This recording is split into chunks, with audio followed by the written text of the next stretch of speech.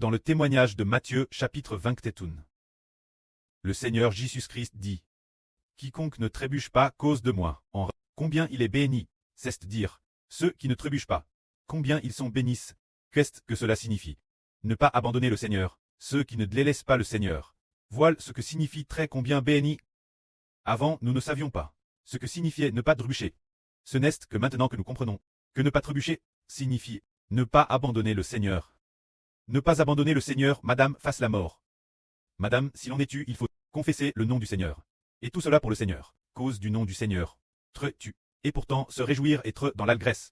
Une telle personne, combien elle est bénie, cette époque comme le Seigneur Jésus-Christ prêchait l'évangile, allant de ville en ville pour prêcher la vie et enseigner les gens. Ce moment-tel, Jean le Baptiste, qui était en prison, entendit parler des œuvres du Seigneur Jésus-Christ. Il envoya alors ses propres disciples demander Jésus, es-tu celui qui doit venir, le Christ Rédempteur, ou devons-nous en attendre un autre? Jean le Baptiste ce moment-tel, parce qu'il était en prison, bien qu'il était autrefois celui qui témoignait pour le Seigneur, mais après avoir été en prison, il a pu avoir des doutes et des incertitudes, se disant, Jésus est-il vraiment le Messie? Est-il le Fils de Dieu? Pourtant, Jean le Baptiste avait entendu de ses propres oreilles Dieu dire au Seigneur, tu es mon Fils, je t'aime profondément, en qui j'ai mis toute mon affection. Mais maintenant, Jean le Baptiste est en prison. Alors il était plus TRSSR. Mais tout en temps en prison, il a entendu dire que le Seigneur Jésus-Christ avait accompli beaucoup de choses grandes et merveilleuses. Alors il voulut mieux s'en assurer. Si Jésus était bien le Christ, s'il était le Fils de Dieu, alors ses disciples vinrent interroger notre Seigneur Jésus. Alors, le Seigneur Jésus dit aux disciples de Jean, retournez, rapportez Jean ce que vous voyez et ce que vous entendez, dites Jean. Que les aveugles voient, les boiteux marchent, les lépreux sont purifiés, les sourds entendent, les morts ressuscitent. Et la bonne nouvelle est annonce aux pauvres. Quiconque ne trébuche pas cause de moi, combien il est béni. Le Seigneur Jésus a demandé aux disciples de Jean de retourner dire Jean. Les aveugles voient. Jésus fait que les aveugles voient immédiatement. Jésus fait que les sourds entendent immédiatement. Faites que les muets puissent ouvrir la bouche pour parler. Ils sont tous guéris. Les lépreux sont purifiés. Toutes sortes de maladies. Les boiteux marchent.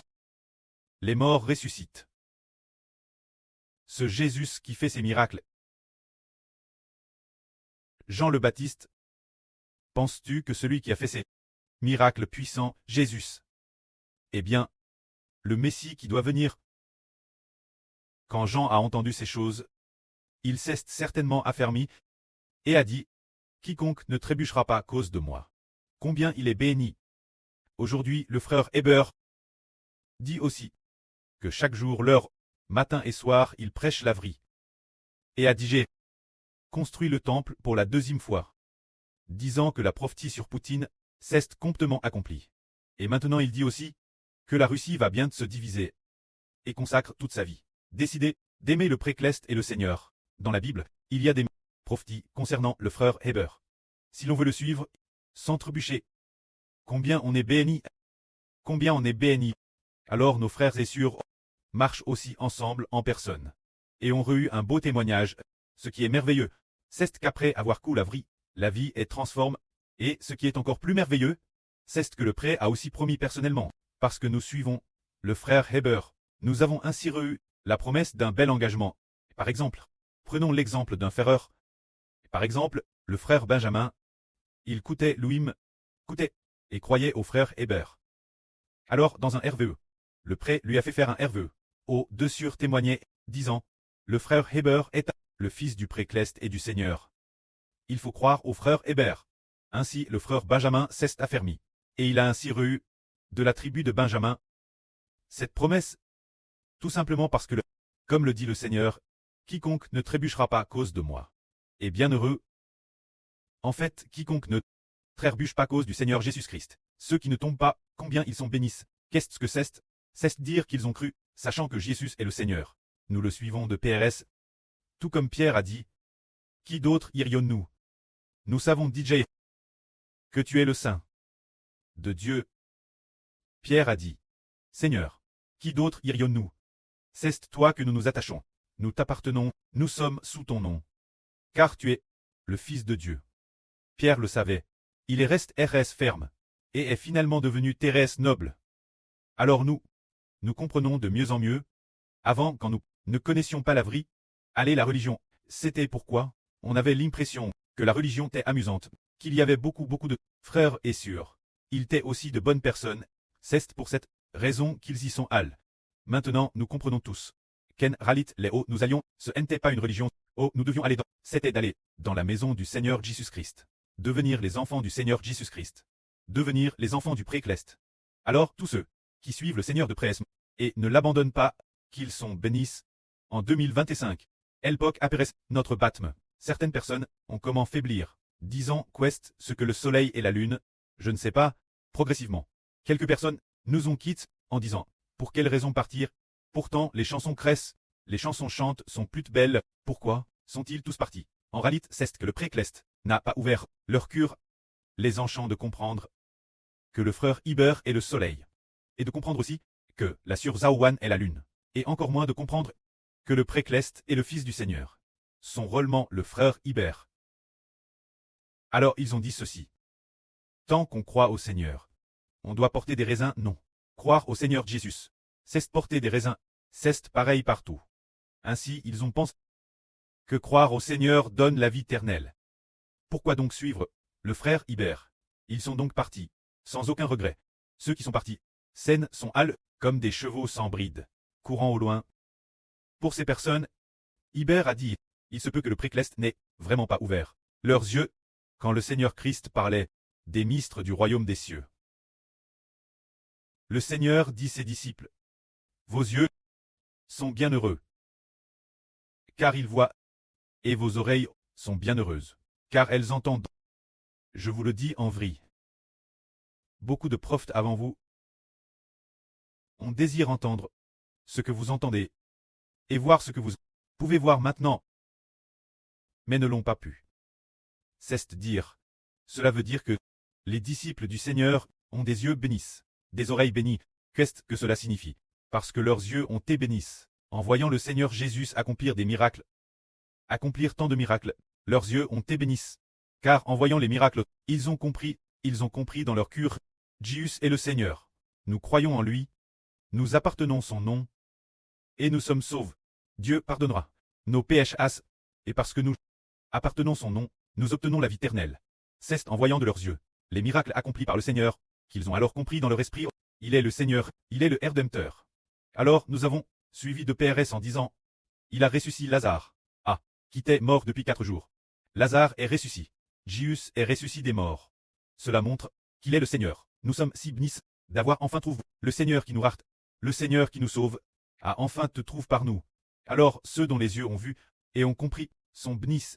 Combien ses oreilles sont bénies d'entendre aussi les enseignements du Seigneur sur les mystères du royaume des cieux. Combien les oreilles sont bénies. Comment en écoutant la parabole du semeur, puis force d'écouter, ils ont compris que si nous croyons au Seigneur, la semence de vie entre en nous. Et ainsi nous permet de recevoir la vie du Saint-Esprit. Depuis les temps anciens, avant que le Seigneur Jésus-Christ ne vienne, frères et sœurs, qui avaient jamais entendu dire que l'homme doit naître de nouveau pour avoir la vie éternelle, n'est-ce pas du jamais vu. Avant que le Seigneur Jésus-Christ ne vienne, Madame le fait de laisser les gens naître du Saint-Esprit. Cette phrase, frère Héber, dit en vrai, frère Héber est un fils du Précleste et du Seigneur. Mais l'Ancien Testament n'a jamais mentionné que l'homme doit naître de nouveau. Pour avoir la vie éternelle, il n'a pas mentionné que l'homme doit naître du Saint-Esprit. Pour avoir la vie éternelle, notre Seigneur Jésus-Christ est venu dans le monde, et après cela, on a découvert que l'homme a une espérance, mais frère Héber aime aussi beaucoup lire la Bible. Avant, en lisant l'Ancien Testament, il s'agissait de l'histoire de David combattant Goliath, de Mose guidant le peuple hors d'Égypte, les Israélites, Salomon construisant le temple. Il ne lisait que ce genre de choses. Il lisait l'appel d'Abraham, la lutte de Jacob avec l'ange, il lisait tout cela. Mais, en lisant ces choses, il se disait « Ah, Quelle bénédiction! Dans la vie d'Abraham, il a finalement été par Dieu, renomme Abraham. Quelle bénédiction! Abraham avait eu juste 170 ans. Quelle bénédiction! Quelle bénédiction! Il pensait seulement ainsi, mais n'avait jamais pensé que l'homme naîtrait de nouveau pour avoir la vie éternelle. Dans l'Ancien Testament, cela n'a jamais été mentionné. L'Ancien Testament dit seulement que Adam Apsh et les descendants d'Adam vont tous mourir, seulement certains vivent un peu plus longtemps. Sont appelés par Dieu, puis utilisés par Dieu. Devenir des instruments qui l'utilisent. Mais sans jamais penser que l'homme peut par Jésus-Christ recevoir un esprit nouveau et obtenir une vie ingénieure, et que cette vie ingénieure devienne la première résurrection, devienne une gloire cleste et honorable. Se dire le Seigneur Jésus-Christ, après ce fait homme, nous a alors donné une sorte d'espérance d'une vie nouvelle. Et cette espérance d'une vie nouvelle est réelle. Alors nous sommes tellement bénis.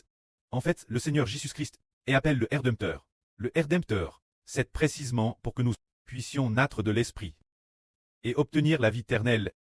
L'origine pour nous, Dieu a créé l'homme, sans le projet, sans dire que l'homme mourrait, mais désobéir Dieu ne la mort, au vous.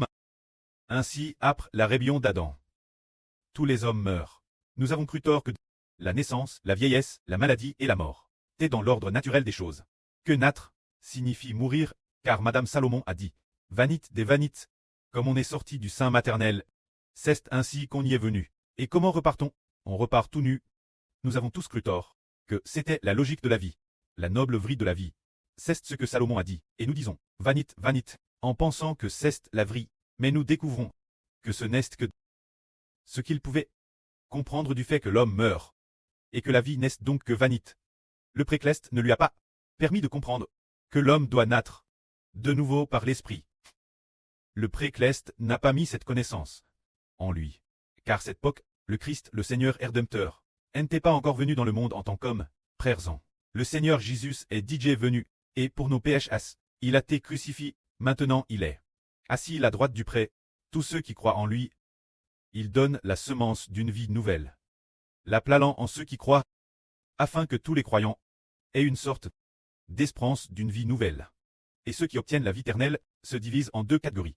L'une céleste, l'autre terrestre. Particulièrement, nous, ce groupe d'enfants, les bénédictions que nous recevons sont madame plus grandes que celles des apôtres. C'est pourquoi le Seigneur a dit « Heureux celui pour qui je ne serai pas une occasion de chute », c'est dire que quiconque ne trouve pas en le Seigneur Jésus-Christ une occasion de chute est tellement béni, ce qui signifie que ceux qui n'abandonnent pas le Seigneur sont tellement bénis. Aujourd'hui le frère Hbert dit « Tous ceux qui restent pour bâtir ensemble Israël ». Le frère Hbert garantit combien ils seront bénis par le Seigneur Jésus-Christ. Tout comme les apôtres, par le nom du Seigneur Jésus-Christ. Par le nom de notre Prêtre, le Seigneur Jésus-Christ ont été bénis, les frères et sœurs le seront aussi certainement. Non seulement bénis par le nom du Seigneur Jésus-Christ, mais aussi cause du frère Hbert, dans la bénédiction du Seigneur Christ.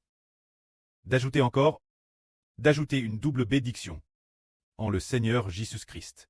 Nous avons déjà la bénédiction, et travers le frère Hbert, nous recevons encore une bénédiction, afin que les frères et sœurs reçoivent une double bénédiction. Bénisse la foi par le prêtre du frère Hbert, le Seigneur Jésus-Christ, et aussi par le frère Hbert, afin que la bénédiction que nous recevons soit plus précieuse que celle des anciens et nobles apôtres, encore plus précieuse, faisant dire nous, ses enfants, que la promesse que le prêtre nous a donnée est plus précieuse que celle donne aux apôtres, afin que nous, dans la joie, venions bâtir Israël. Que la gloire soit rendue au prêtre et à nos Seigneur. Amen.